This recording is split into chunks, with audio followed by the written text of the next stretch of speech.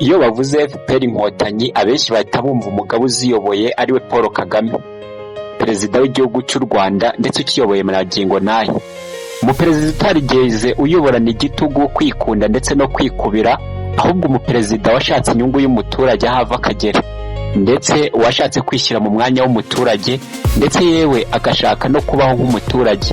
Ntabwo yigeze ashaka kwishyira hejuru cyangwa se ngo ashyire amategeko agoranye cyangwa se yayandi avunanye kubahiriza ku buryo ibihano bihora biri hafi aho, ahubwo ahora ajya inama, ategura ndetse akanagambira icyagirira umunyarwanda akamaro.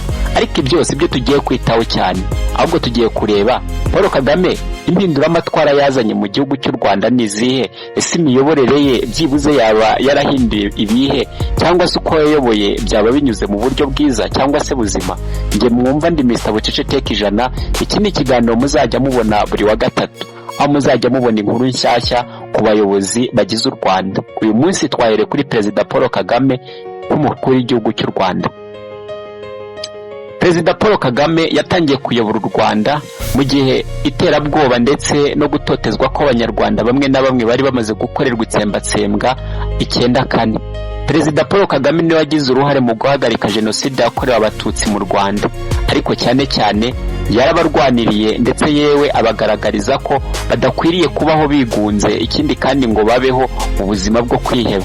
Perezida Paul Kagame yakoze igishoboka cyose kugira ngo umunyarwanda hava akagera amenye agaciro mu gihugu cye kandi amenye yuko igihugu ari iki. Perezida Paul Kagame ntabwo yaje kuyobora igihugu cy'u Rwanda nk'umuyobozi w'umunyamahanga wari uje gushaka impinduramatwara ze bwite yikubira ku giti cye, ahubwo Perezida Paul Kagame yashatse kubaho nk'umuturage bwite mu buzima umuturage abayeho, kugira ngo ye ndetse amwereke inzira y'uburyo agomba kugendana nawe. Perezida Paul Kagame yatangije igikorwa cyo kubakira abantu benshi bari bagiye batandukanye, aho amoko yayakuyeho, ahari abahutu, abatwa ndetse n'abatutsi, ahashyira umunyarwanda. Kwimakaza umunyarwanda ntabwo byari ibintu byari bikwiriye mu gihugu cy'u Rwanda nka mbere, ahubwo ubu ngubu nibwo byagiye byagira agaciro kwiyumva ko umuntu wese ari umunyarwanda, bitewe n'uko mbere hari hiryo vangura rishingiye ku mitungo, imyemerere ndetse n'imyizerere abantu bari bagiye bifitemo ubwabo. Perezida Paul Kagame ibyo byose abonye ko bitari bikwiriye, bityo byose arabihindura. Umunyarwanda mwita umunyarwanda kuko aricyo cyari kibereye, ntabwo byari ngombwa yuko ayo moko yose yongera kugaruka kuko kwari ukuzana ivangura n'amacakubiri. Perezida Paul Kagame yazanye impinduka nyinshi zigiye zitandukanye. Mwibuke, gacaca ni ikintu cyazanye ubwiyunge kuri bamwe ndetse ahandi abandi barahanwa, ariko nanone ntabwo yazanye kwihorera, gushaka kongera kuvangura agaragaza ko abahemukiye abandi badakwiriye kuba mu bandi, bagomba kuba ibicibwa. Perezida Paul Kagame yazanye neza indorerwamo y'umuntu, umuntu wa nyawe cyangwa se umunyarwanda wujuje ubumuntu. Yagaragarije abantu neza yuko kuba ikiremwa muntu bidasaba kuba hari amatware runaka gusa wigengaho cyangwa se icyo utekerezaho ubwawe muri wowe kugira ngo abe ari cyo ugenderaho. Perezida Paul Kagame yeretse umunyarwanda wese aho ava akagera kakwiriye kwigirira icyizere no kurwanira igihugu cye kandi ikindi akagikorera. Perezida Paul Kagame yari afite uburenganzira bwo gushinga ishyaka runaka ritegamiye ku ruhare rumwe rw'ubwoko runaka, ahubwo yari afite gushinga ishyaka rigamije inyungu ze bwite, ariko ibyo ntabwo yigeze abikora. Nubwo yari amaze kurwanira igihugu ndetse amaze kukibohora ku ngoyi cyari kiriho, yahise azana irindi tegeko rivuga ngo nta munyarwanda ukwiriye kwita undi munyarwanda ngo ni iki cyangwa se ni iki, ahubwo yababwiye yuko bose ari abanyarwanda. Atangira kubiba iyo imbuto yaje kubyara igicumbi gikomeye cyane. Abanyarwanda benshi ntabwo bashyingiranaga bishingiye ku bwoko, ariko ibyo byose byaje kuva ubwo Perezida Paul Kagame yaratangiye kuyobora igihugu cy'u Rwanda. Ubwoko ntabwo bwari bukironda nk'uko mbere byari biri, ahubwo umunyarwanda wese ahise yumva mu cyiciro cy'umunyarwanda, iby'abatwa, abahutu ndetse n'abatutsi byose bita bikorwa mu gihugu.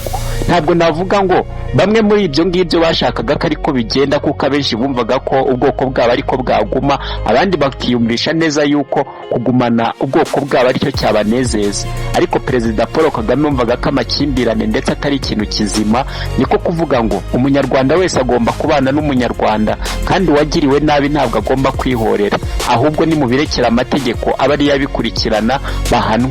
Ibyo byose byarabaye kandi binyuzwa mu maso ya buri wese, kuko abo bakekagaho icyaha ntabwo babafataga ngo bagende babacira urubanza hirya iyo, ahubwo babazanaga aho batuye kugira ngo abaturage bababonye cyangwa se ababizi neza aba ari bo babihamya. Nta muntu yigeze ajyana mu bufufu cyangwa se kurenganya kugira ngo urwo rubanza ruce akurikije imiryango yababajwe cyangwa se wenda arebeye ku kuko hari abagiriwe nabi, ahubwo yabazanaga ku karubanda bityo bose bakongera bakanyuzwa imbere y'amaso y'abababonye.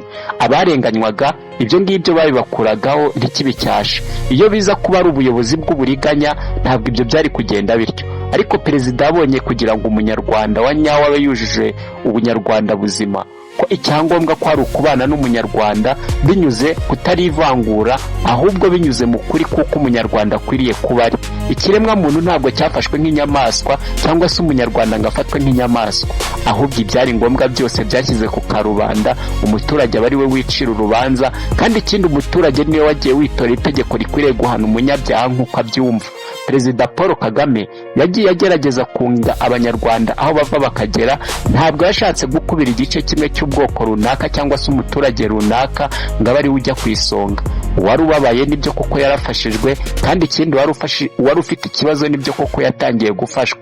Reka twinjire gatoya mu buyobozi bwagiye butorwa. Iyo Perezida Paul Kagame aza kuba hari ubwoko runaka bugamiye cyangwa hari inyungu ze bwite ashaka, aba yaratoye abakomeye muri icyo gihe bari kuba barabaye abayobozi cyangwa se bari kuba bararwananye nabo gusa. Ariko ibyo ntabwo ariko byagiye bigenda, kuko imyanya yose y'ubuyobozi yagiye ihatanirwa kugira ngo ibashe kuba yakwicarwamo.